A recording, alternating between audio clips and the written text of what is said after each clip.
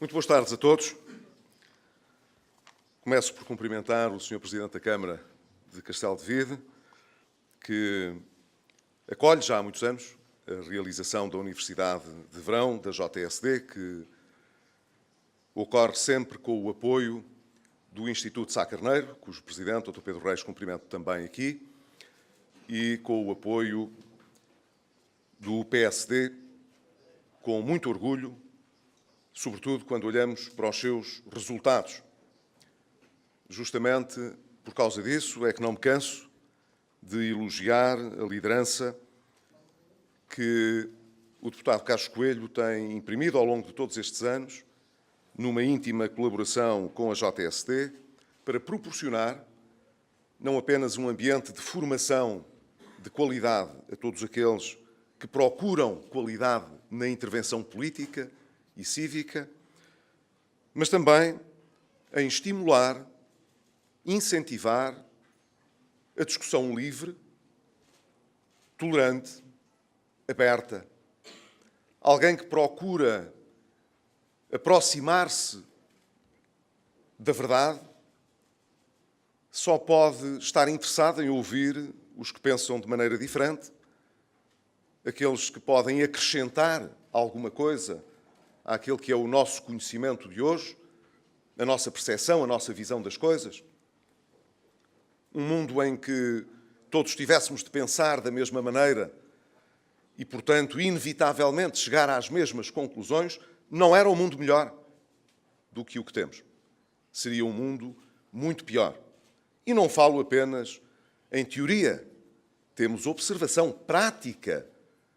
A humanidade tem observação prática, histórica, do que sociedades que são conduzidas com a preocupação de impor o pensamento único trazem consigo.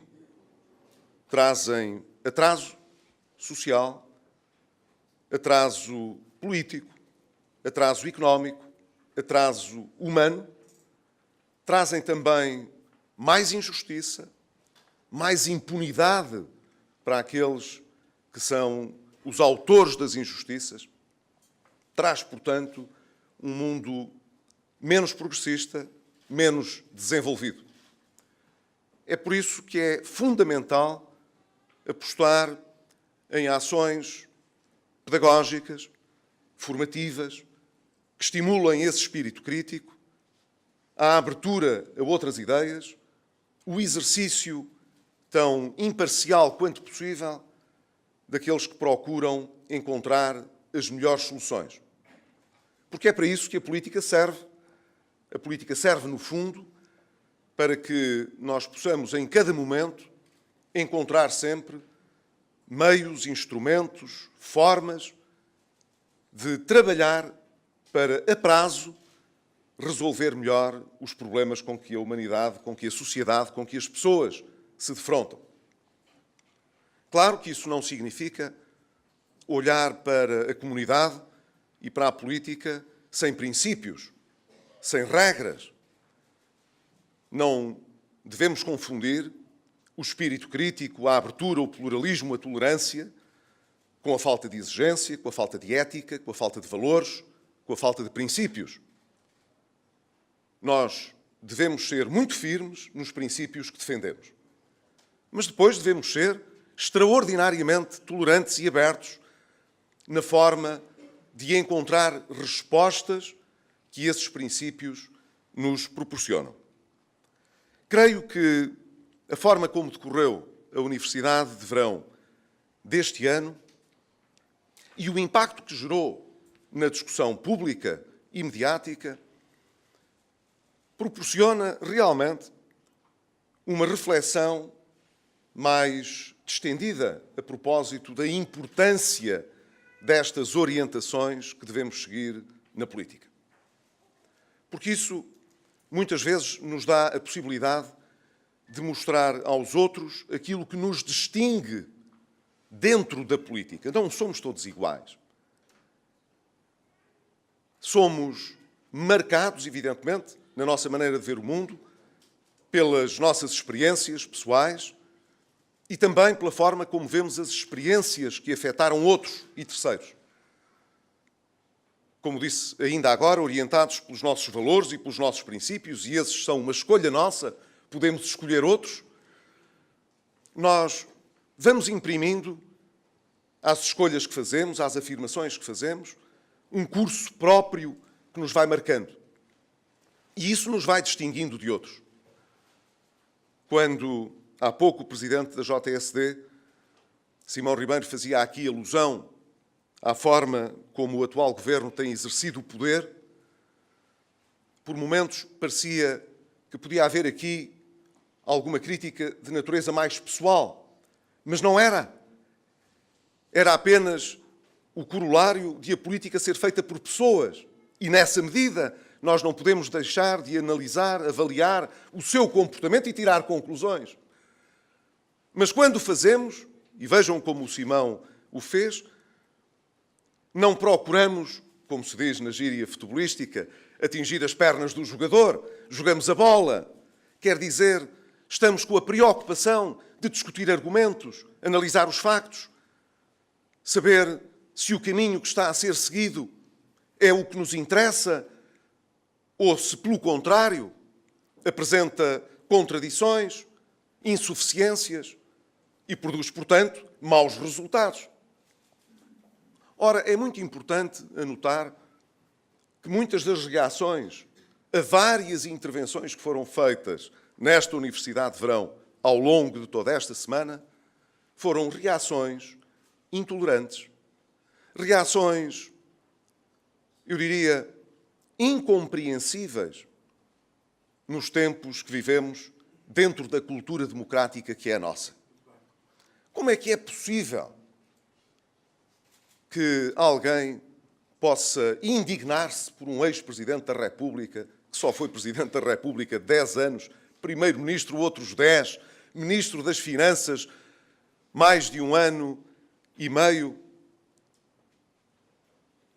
quando na Universidade de Verão resolveu, dentro do seu exercício cívico, analisar a situação portuguesa e europeia e de outros países e apresentar a sua visão crítica da política. O Dr. Cavaco Silva não tem direito a exprimir a sua opinião? Se o fizer, tem logo de ser o ressabiado, aquele que precisa de palco. Não podem tomar o que disse pelo valor do que disse e contraditá-lo se acharem que o que ele disse não merece a sua concordância. Porque se procura desqualificar a pessoa, como se ela não tivesse direito a ter a sua opinião, ainda para mais uma opinião bem fundamentada. Nós temos, ao longo destes anos, expressado opiniões muito próximas destas. Não temos direito a ter a nossa opinião?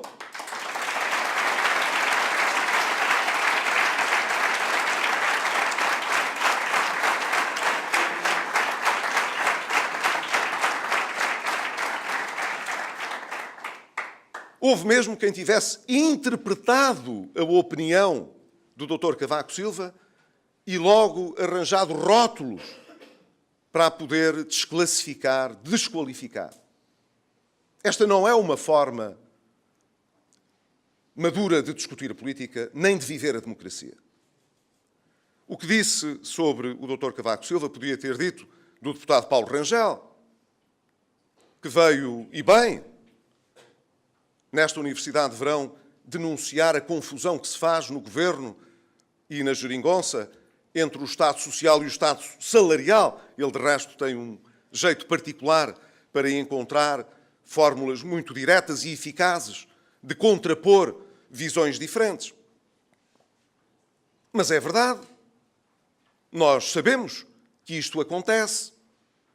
Esperar-se-ia que a reação pudesse basear-se nos factos, demonstrar que não é assim. É muito mais fácil chamar mentiroso a alguém do que demonstrar ou desmontar a mentira. Em particular, quando ela corresponde à verdade. É muito difícil fazê-lo.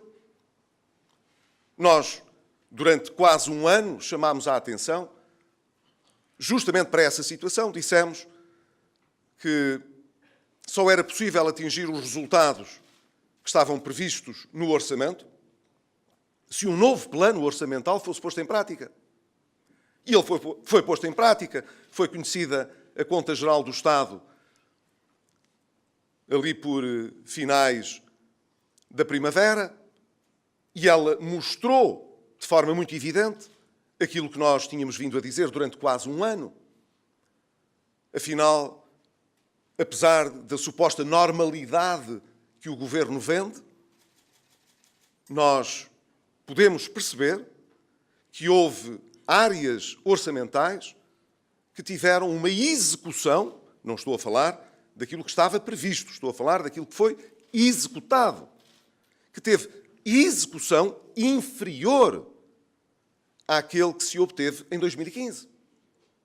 Gastou-se menos, em termos nominais, do que se gastou em 2015. Portanto, isso representa um corte absoluto na despesa pública nessas áreas face a 2015. Mas há outros cortes que, não sendo absolutos, sendo relativos, são também importantes. Por exemplo, há vários setores das políticas públicas em que os aumentos de despesa que foram gerados se deveram, sobretudo, ao aumento da despesa salarial. O que significa que, se isolarmos a despesa salarial, ainda ficou menos para gastar do que se gastava no ano anterior. E então aqui temos um corte relativo e, por trás dele, um corte absoluto, porque esses serviços passaram a ter menos do que tinham no ano anterior para prestar os serviços às populações. Já não falo do investimento público, em que o corte foi efetivo em termos nominais face ao ano anterior e em termos relativos face àquilo que o Governo tinha agendado. Isto hoje é evidente, é assim. O que é que se esperaria? Que o Governo assumisse isso, com transparência. Já o disse em outras ocasiões, eu prefiro, e este é o mérito do Governo, que Portugal possa chegar ao final do ano e cumprir a meta do déficit, do que a situação de se mostrar incumpridor. Se isso tivesse acontecido em 2016, mais uma vez esse é o mérito do Governo, no resultado da política económica, se tivéssemos chegado ao final de 2016 e tivéssemos falhado em Portugal as metas do déficit, a recuperação da economia não teria ocorrido de forma mais intensa, porque a confiança dos investidores não teria acontecido, não teria regressado ao nosso país. A desconfiança que houve com a solução política ter-se agravado. Portanto, ainda bem que o Governo atingiu a meta do déficit. Isso é bom, é positivo. Nunca ninguém me ouvirá dizer o contrário, ou alguém do PSD. Nós ficamos satisfeitos com isso. Mas não podemos deixar de chamar a atenção que não se pode esconder o que foi feito para que esses resultados fossem atingidos. Não há uma única maneira de atingir este resultado. O Governo fez uma escolha. Qual foi? Foi a de dar prioridade à recuperação salarial em detrimento da necessidade de manter o mínimo de qualidade dos serviços públicos, sobretudo em áreas de Estado que são relevantes, foram aqui recordadas, a segurança interna, e nomeadamente a proteção civil, a justiça, a defesa, mas também a saúde, a educação, a ciência e a investigação, tudo áreas onde o Governo, em termos de despesa de investimento, gastou menos do que o Governo anterior, que tanto criticava por gastar pouco. Ora, se o Governo fez esta escolha, dar prioridade à recuperação salarial em detrimento destas outras, não vejo nenhuma razão para não o assumir publicamente. Porquê é que o não fez? Agora é uma especulação minha, evidentemente. É uma interpretação minha, mas espero que também tenha direito a poder fazer as minhas interpretações. Qual é a interpretação que faço?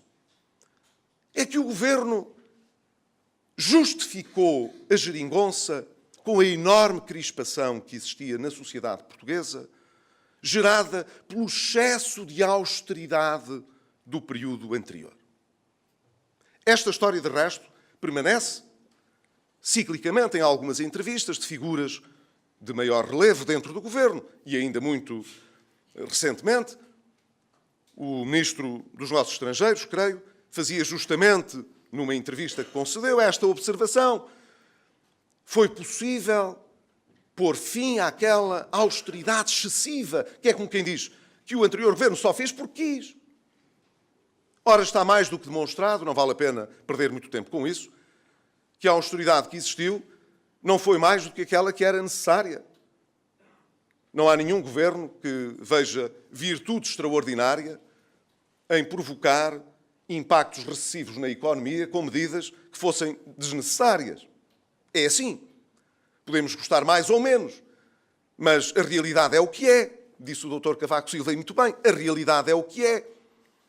E, de resto, se estas pessoas, em particular aquelas que já eram figuras importantes do governo que levou Portugal à porta da bancarrota, deveriam ter bem presente, porque estavam nesse governo, que as grandes e primeiras medidas de austeridade foram ainda trazidas por esse governo. Porquê? Porque não tinham outra forma de poder financiar o Estado e era preciso conter a despesa pública. É assim, é sabido. Ora, então se é assim, porquê é que o governo não disse simplesmente que, em vez de acenar com a austeridade excessiva e a crispação que lhe estaria associada para justificar a geringonça, que simplesmente achava que era a altura de poder governar em melhores circunstâncias do que aquelas que tinha deixado o país quando nós lá chegámos?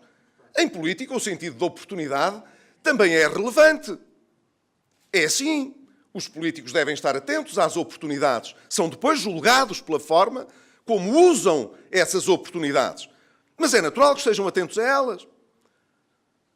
O problema é que se o governo tivesse reconhecido isso e feito com transparência a explicação da opção que tomou, entrava em contradição. Afinal, a austeridade já não era excessiva. Afinal, teve de continuar por outros caminhos, com certeza. Por exemplo, preferiram-se os impostos indiretos aos impostos diretos. Ainda ontem, um militante de primeira hora do PSD me dizia: porque é que o senhor, quando esteve no governo, não teve essa habilidade? Porque é que, em vez de aumentar os impostos diretos, não aumentou os impostos indiretos? Tinha conseguido, se calhar, melhores resultados, as pessoas não sentiam tanto. E ele talvez tenha alguma razão. Isso está documentado. Não se sente tanto, isso é verdade. O efeito é mais difuso. Isso é conhecido. Mas perguntamos, é mais justo? Não, é mais injusto. Sabem porquê? Porque nos impostos diretos paga quem tem. Em que proporção? Na proporção da sua capacidade, do que tem. E, portanto, pagam mais os que têm mais, pagam menos os que têm menos. A mim parece-me um bom princípio. E nos impostos indiretos, como é? Pagam todos da mesma maneira. O que significa, portanto, que como o rendimento de cada um diverge do outro, aqueles que têm rendimentos maiores, evidentemente, conseguem diluir o impacto do imposto indireto de uma forma muito mais suave no seu rendimento do que aqueles que têm muito pouco. Este é um princípio de justiça social.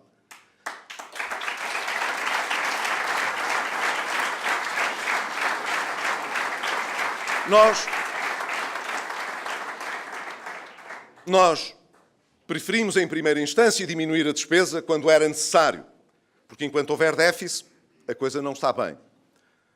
E ainda há déficit. Segundo, nós preferimos, quando, por qualquer razão, seja ela material ou formal, não é possível diminuir a despesa no montante que é requerido, temos de ir à receita e aumentar a receita. Fizémo-lo a contragosto, mas fizémo-lo. E se o tivermos de fazer, devemos fazê-lo da forma mais justa possível, de modo a que aqueles que têm mais possam contribuir com mais e os que têm menos, contribuir com menos. Este, sendo um princípio de justiça social, não foi seguido por este governo, que preferiu, portanto, transferir carga direta para carga indireta. Para quê? Para que as pessoas ficassem com a ilusão de que estavam a pagar menos para o Estado e a beneficiar mais do que o Estado lhes dava. É habilidoso? É. É justo? Não é. Porquê é que o Governo escondeu? Porque não podia assumir a consequência da injustiça que estava a fazer.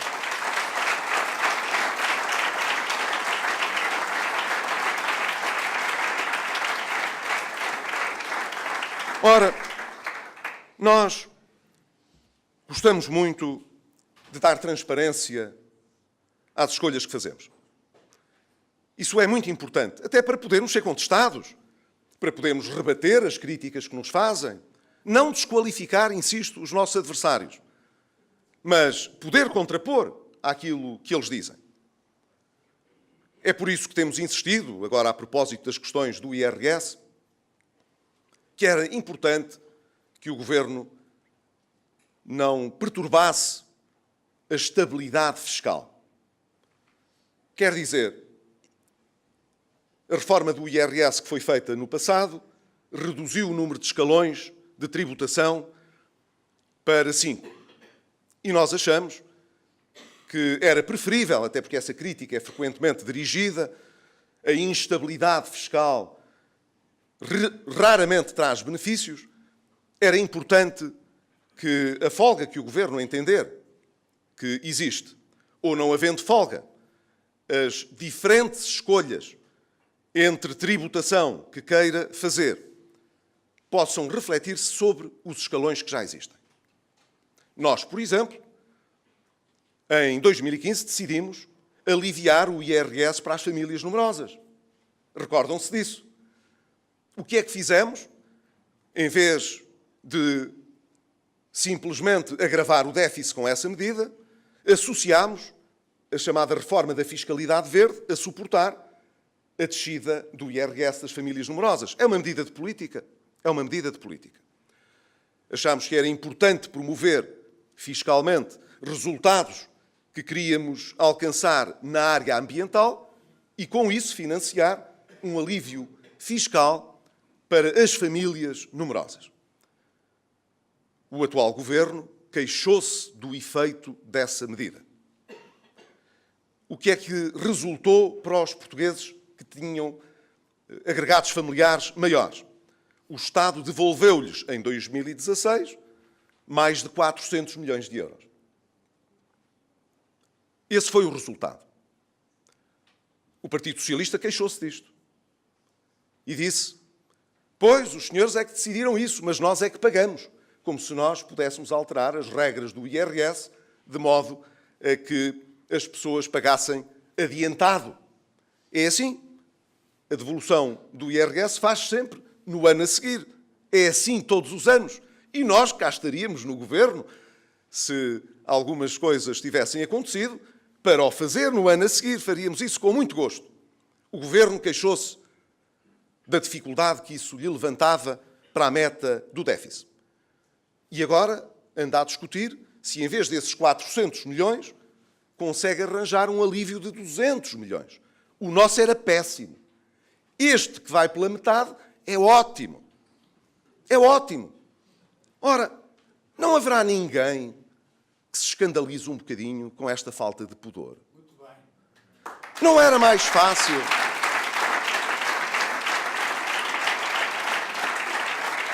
Não era mais fácil, na contratação de professores, no alívio fiscal, dizer: nós gostávamos de pelo menos fazer tanto quanto os anteriores fizeram. Gostaríamos até de fazer mais, mas temos de ir devagar. Era uma constatação que as pessoas perceberiam. Porquê é que não fazem isso? Pela obsessão que têm em não fugir do paradigma em que quiseram meter o governo anterior, os políticos que fizeram parte desse governo e que hoje estão na oposição.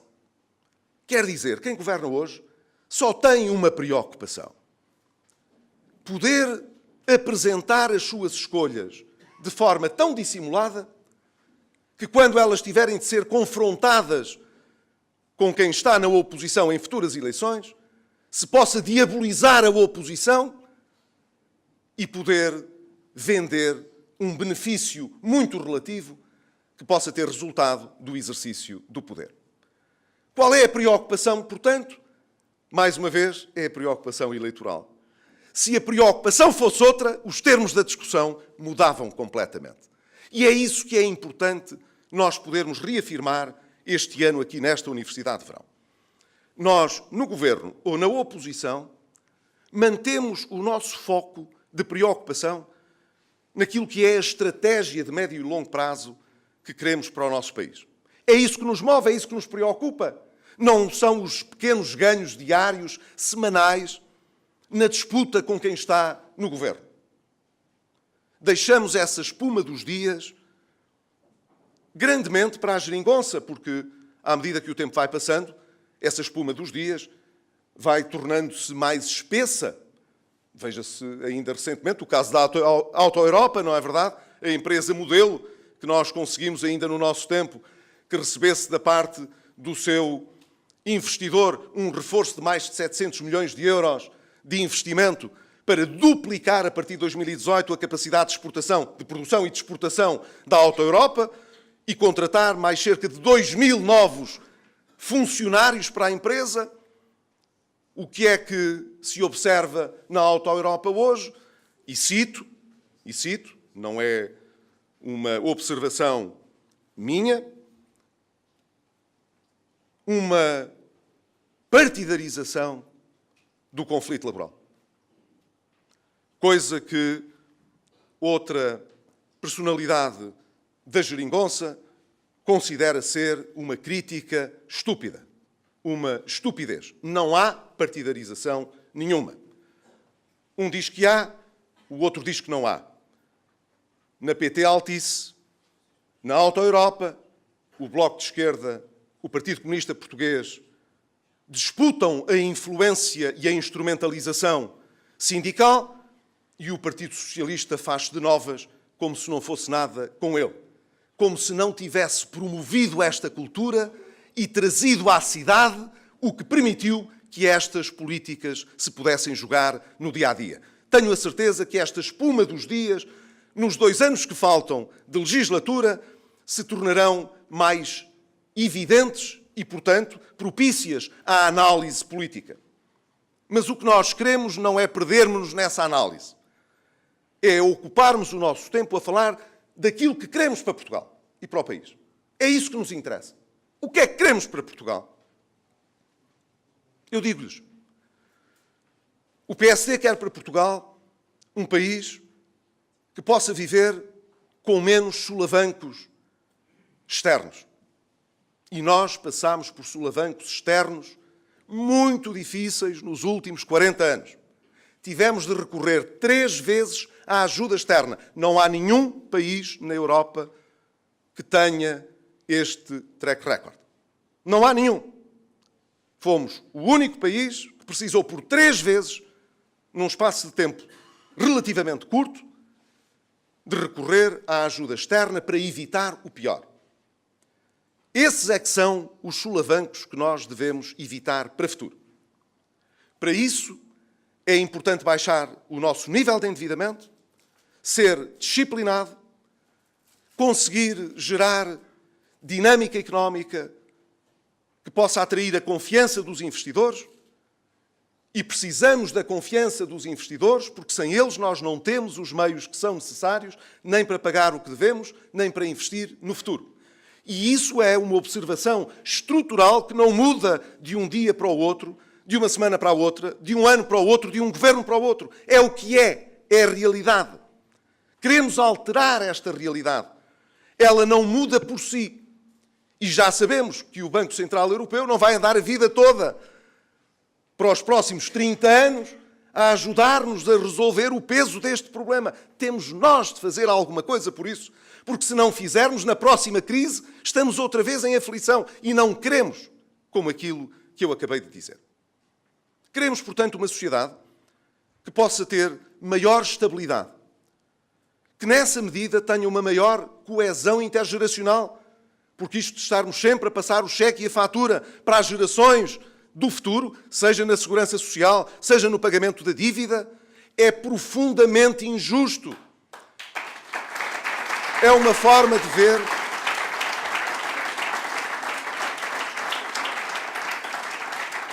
É uma forma muito peculiar de ver a repartição de benefícios e de custos.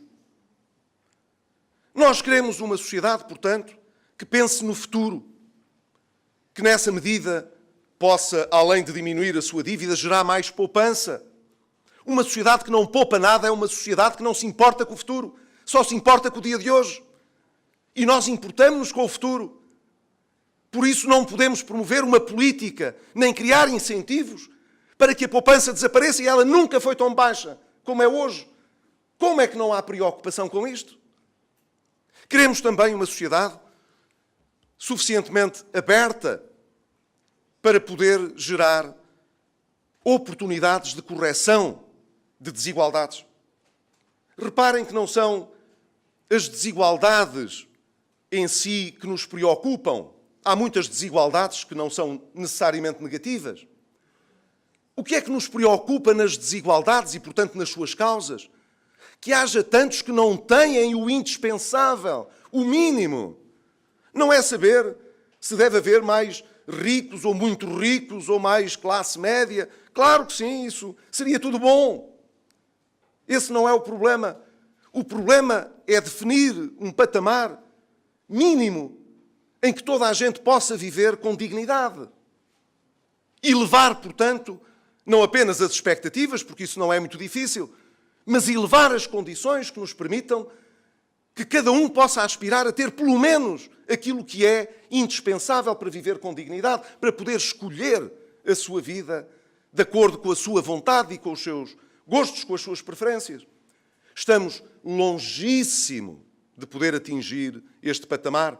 Não estou a falar, retoricamente, de um objetivo vago. Estou a falar de um objetivo crucial. Portugal é dos países que apresenta maior disparidade de rendimento e, portanto, maior desigualdade entre aqueles que têm muito e aqueles que têm pouco, sendo que são muitos os que têm muito pouco. Quase metade dos portugueses não paga sequer IRS. Porquê? Porque não tem o suficiente, não tem capacidade para o pagar. Quase metade. E, em reverso, 1,1% dos agregados familiares fiscais, 1,1%, gera praticamente 30% da receita de IRS. Vejam só, 1,1%. E ainda dizem que é preciso aumentar a progressividade fiscal. Estão a falar a sério?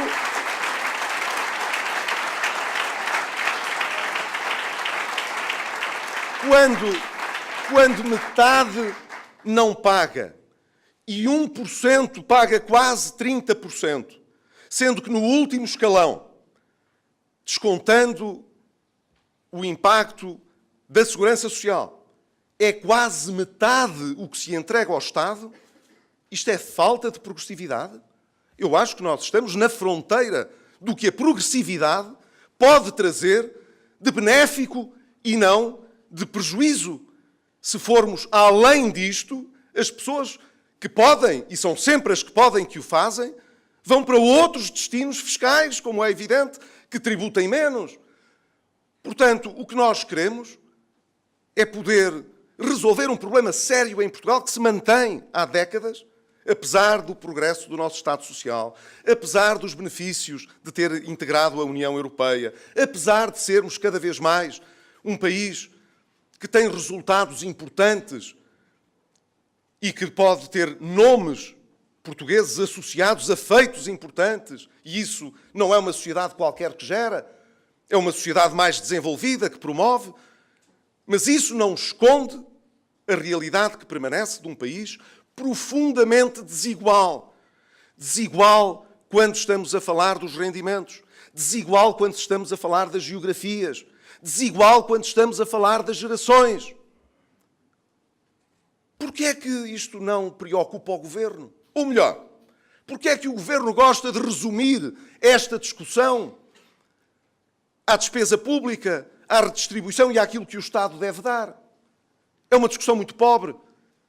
Disse isso no Pontal este ano. se nós queremos melhorar o nível de realização dos nossos direitos, temos de dar mais força aos nossos deveres. Queremos, portanto, um país que possa ser mais bem-sucedido no combate a estas desigualdades. E queremos um país mais aberto, mais tolerante, aberto na economia, aberto na sociedade. Um país, portanto, que esteja no mundo como quem está de cidadão da globalização. Fomos pioneiros na nossa história nesse processo, não há nenhuma razão para agora nos fecharmos sobre nós próprios. Devemos ser, portanto, um país a olhar para o mundo. Mas atenção, um país a olhar para o mundo, mas sem ceder na segurança, sem ceder nos valores, sem ceder, portanto, nos objetivos que queremos alcançar.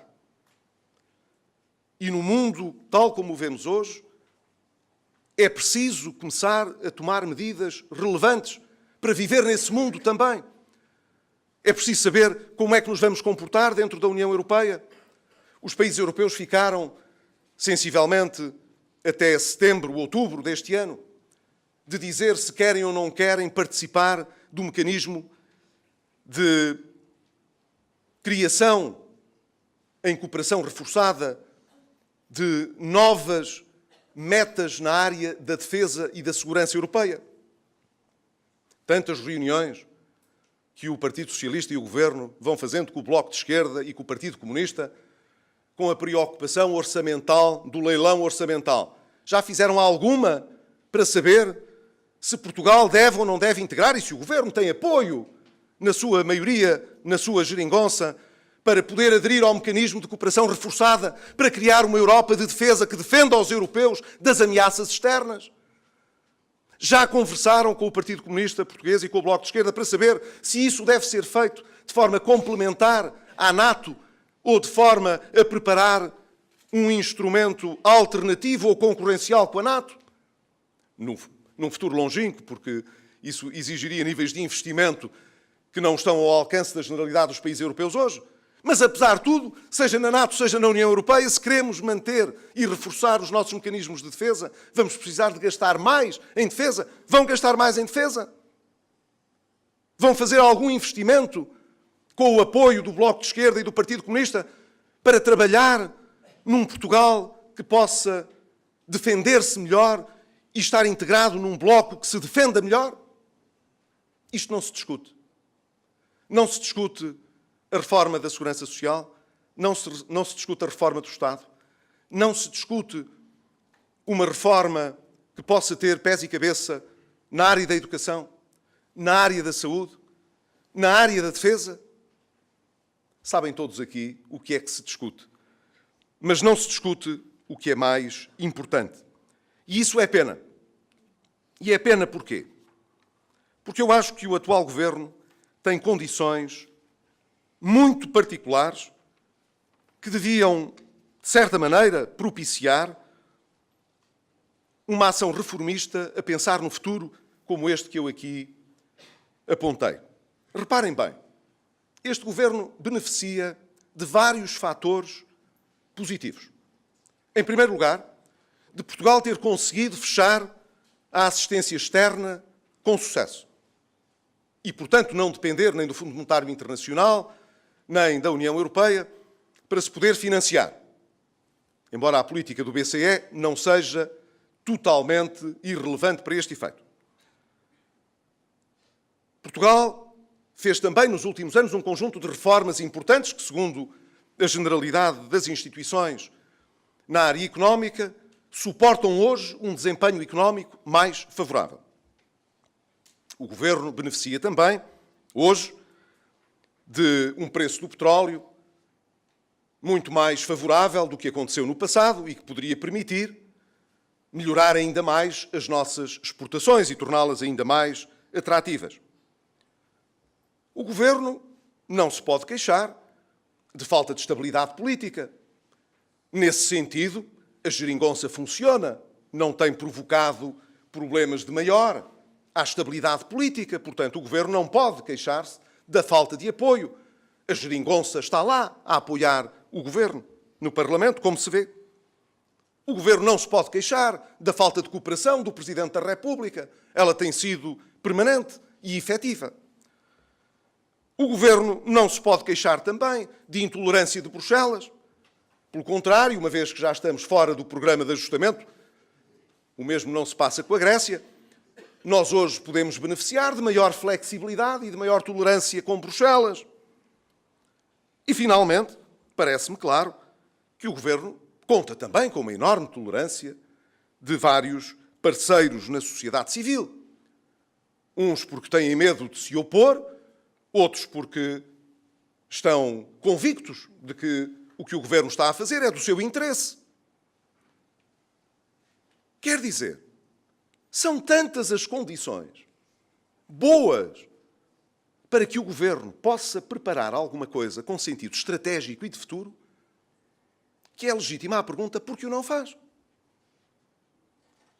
A única coisa que parece ter sido, nos últimos tempos, apontada como um desígnio de futuro tão importante que merecia uma inovação quase constitucional de fazer aprovar por 2/3 no Parlamento a decisão sobre novos investimentos públicos para o futuro. E, claro, a criação de mais um conselhozinho para poder preparar os estudos para esse consenso. Este foi o grande desígnio que se extraiu de uma entrevista de verão do Primeiro-Ministro. E para esse desígnio, evidentemente, dado que a meta estava nos 2/3, a geringonça não é suficiente. Foi a primeira vez que se achou que não havia suficiência na geringonça para um objetivo de longo prazo. Portanto, era importante ter um consenso com o maior partido da oposição. E nós perguntamos: um consenso sobre as obras públicas para o futuro? Então o Governo adiou o consenso que existia sobre todas as obras públicas relevantes que podiam até e deviam ser financiadas pelo Portugal 2020, pelo atual quadro financeiro plurianual da União Europeia. Vai precisar, evidentemente, de recalendarizar, de reprogramar a maior parte desses investimentos, não os fez. Criticava-nos a nós por demorarmos tempo a fazê-los e agora congelou-os simplesmente nos últimos 2 anos. Vai ter de reprogramar tudo isso. Mas acha que é indispensável para o futuro, para as grandes obras públicas, ter um enorme consenso, um consenso de 2/3 com o PSD nesta matéria? E nós perguntámos: estão a falar de quê? Quais são essas grandes obras públicas que o país precisa, que são fundamentais para pôr o país a crescer? Quais são as grandes obras públicas que nós precisamos para que as exportações possam valer mais do que 50% do nosso PIB até 2020? Ou até 55% ou 57% até 2025? Quais são as grandes obras públicas que são necessárias? Quais são as grandes obras públicas que são necessárias para que Portugal possa estar no top 5, por exemplo, do ambiente favorável aos negócios, que atraia investimentos e concretize realizações privadas que acrescentem valor, emprego, que deem sustentabilidade à nossa recuperação? Quais são as grandes obras públicas que nos podem trazer um ensino mais exigente, mais qualificado, que nos possa trazer na investigação, no desenvolvimento, na inovação, resultados que ponham a economia portuguesa a um nível de melhor desempenho, sendo que podemos, se o decidirmos e o quisermos, ter um dos melhores desempenhos na Europa nesta matéria. Quer dizer, a aposta estratégica está completamente desfocada. Nada disto depende de grandes obras públicas para o futuro. Tomáramos nós fazer aquelas que já estão programadas e manter e conservar as que fomos fazendo ao longo destes anos. E é sabido que Portugal fez mais obras públicas do que aquelas que eram necessárias, não têm sequer retorno, muitas delas. Dizer, portanto, que se depende do principal partido da oposição para aquilo que é secundário, porque isto é secundário, temos de o dizer. E depois, em tudo o que é relevante, a reforma do Estado, a reforma da Segurança Social, a reforma da Educação, a reforma da Justiça, a reforma da Saúde, tudo isto que é indispensável para termos um país com menos desigualdades, com maior dinamismo e abertura económica, com maior justiça social, isso não é relevante. Estão, portanto, julgo eu, mal definidas as prioridades deste governo. Não seriam as nossas se estivéssemos no governo. E as nossas, se voltarmos ao governo, são estas que aqui vos descrevi. É isso que nos interessa para o futuro do país. Queremos, portanto, centrar a nossa intervenção naquilo que consideramos fundamental. E é por isso que nos batemos. E batemos-nos no Parlamento, na sociedade civil, em eventos desta natureza, mostrando o que nos diferencia nos valores dos nossos adversários, mostrando a diferença dos objetivos que elencamos como sendo prioritários, e eles são inteiramente diferentes, e do nosso ponto de vista, os nossos são mais ajustados. É por eles, portanto, que nos iremos bater, porque nós batemos-nos sempre por Portugal. Não temos a arrogância de achar que temos um direito divino a governar. E vivemos bem na oposição. Não temos nenhum problema com isso. Como vivemos bem no governo, quando isso resulta da escolha dos portugueses. Não nos sentimos esmagados por o peso da responsabilidade. Temos a humildade de debater com os outros as nossas opções. Sem os insultar, sem os desqualificar, promovendo, pelo contrário, o confronto de ideias. E achamos que os jovens poderão ter mais interesse pela política se perceberem melhor que o debate que fazemos não é um combate de galos, o combate que fazemos é o combate de ideias para transformar o país, ou melhor dizendo, para ajudar a transformar o país, porque não são os governos que transformam os países, não são os Estados que têm de transformar a sociedade, são os cidadãos, são as pessoas e as suas instituições que transformam a realidade de acordo com o desígnio que estabelecem. Nós somos livres de fixar os nossos desígnios, de escolher os nossos objetivos e de lutar por eles. E merecemos respeito quando o fazemos. Como respeitamos os outros por terem opções diferentes. Mas não respeitamos a dissimulação em política. Isso nós não respeitamos. E por isso denunciamos. Não respeitamos a intolerância. Respondemos ao ambiente de intolerância, chamando a atenção. Não aceitaremos um ambiente de intolerância em que só se discute em Portugal o futuro segundo a perspectiva do pensamento dominante. E quem não pensar como quem está no governo não é bom português, ou é racista, ou é xenófobo, ou é outra coisa qualquer, e eles são useiros e vezeiros em rotular as pessoas.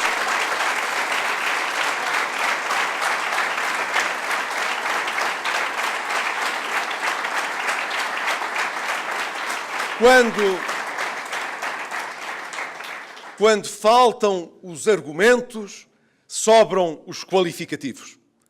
É sempre assim. Mas quando há qualificativos a mais e responsabilidade e ação a menos, essa é a altura em que normalmente nós costumamos entrar em ação. Sendo, como desde Sá Carneiro, o partido que transporta o gênese reformista em Portugal. Não confundindo tolerância com relativismo. Nós sabemos o que queremos para o nosso futuro. Admitimos que outros queiram coisas diferentes. Mas é assim a política e a democracia. Devemos nos bater pelas nossas ideias e depois respeitar as regras democráticas. É isso que manifestamente nós fazemos. Deixo à observação e análise dos outros o comportamento dos outros. Mas, por favor, quando fizerem a análise de uns e de outros, façam o favor de fazer uma análise imparcial e isenta. Não comecem a tomar partido antes sequer de analisarem os factos. Porque quando começam a emitir opiniões muito fortes, quando começam a publicar opiniões muito fortes sobre aqueles que se analisam, normalmente cometem-se desvios que são compreensíveis. Tendemos a ver com mais bondade aqueles de quem gostamos mais e a condenar à fogueira os que não têm a nossa apreciação. Era muito importante também que nós pudéssemos ter mais debate e análise com isenção no país. E isto é manifestamente um desafio para todos. Não é só para alguns, é para todos, cá dentro e fora do nosso partido. Muito obrigado e até para o ano.